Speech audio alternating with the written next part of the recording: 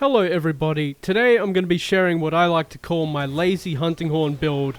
This set was designed to effortlessly clobber anomaly monsters up to 120 in 10 to 15 minutes depending on the monster. Few disclaimers before I jump into the set. Number one, please don't use this build in multiplayer as it will almost definitely get your fellow hunters killed since they aren't running the same skills as these. Secondly, this build is the first part of two. The second is basically how I went about making the build and the process most people don't see or think about. And third, this video will have two separate builds in it. One for the meta babies that will cry because the two meta skills aren't in it.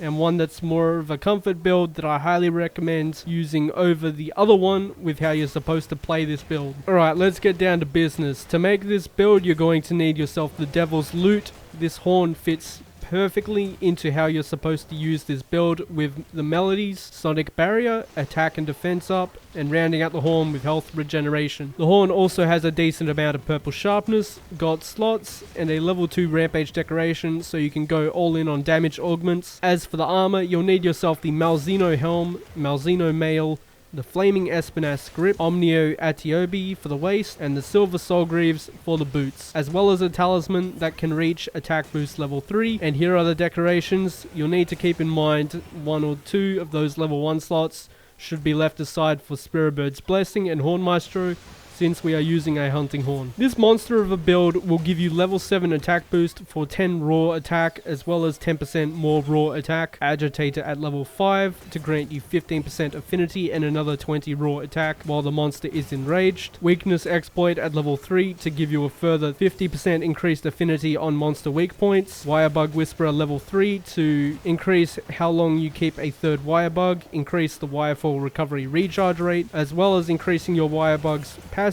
recharge rate while you're on the ground. Heartbreaker at level 3 to increase the part break damage you deal by 30%. Critical boost to increase your critical damage bonus by up to 40% instead of the normal 125%. Maximum might at level 3 to give you a further 30% affinity boost while you're at maximum stamina for a short time. Stun resistance at level 3 as your goal with this build is to get hit a lot, so not getting stunned is extremely important. Blood Ride at level 1 to grant 5% of the damage you deal to heal you when you attack a broken monster part, and Intrepid Heart at level 1 to grant you a massive one-time damage reduction and unflinching buff once you fill up the meter by continuously attacking. With the meta build out of the way, let's move on to the set you're seeing in the background. This set is much more comfortable to use while maximizing the damage of the general way you're supposed to use the build. To make it, you'll still need yourself the Devil's Loot for its crazy good melodies, sharpness, and decoration slots. The armor pieces it requires are the Archfiend's Armor Serato,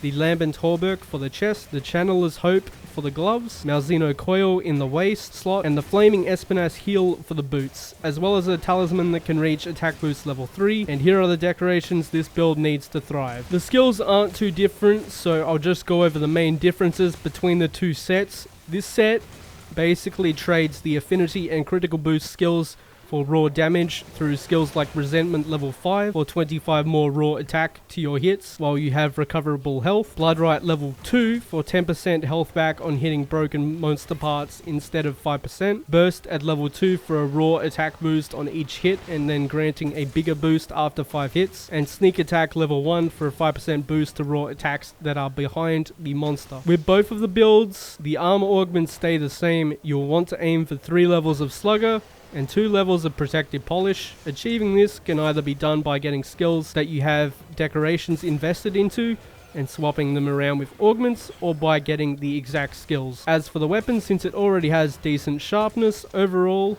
and a good rampage decoration, you can put in 3 attack boosts for 15 more raw attack. Now, how to actually use the build, you've been seeing it in the background, but the basic idea of the build is to go in and hit the monster relentlessly until you need to heal up, or in some cases never need to heal up, since this build has so many safety nets. From Blood Ride healing combined with Anomaly Blight healing, on-demand passive health regen from the horn, defense boost on the horn to further reduce the damage, Intrepid Heart to half the damage of an attack, as well as using Dango Defender to heavily reduce the damage of an attack after you've taken a big hit, and of course Sonic Barrier so that you'll never get staggered out of what you're doing, so you get to keep up the aggression. But outside all of that, the bulk of your damage with both of the the builds comes from the Wirebug skill Sonic Bloom. With the first build, you can do more damage if you focus hits towards good hit zones, thanks to crit boost and your affinity.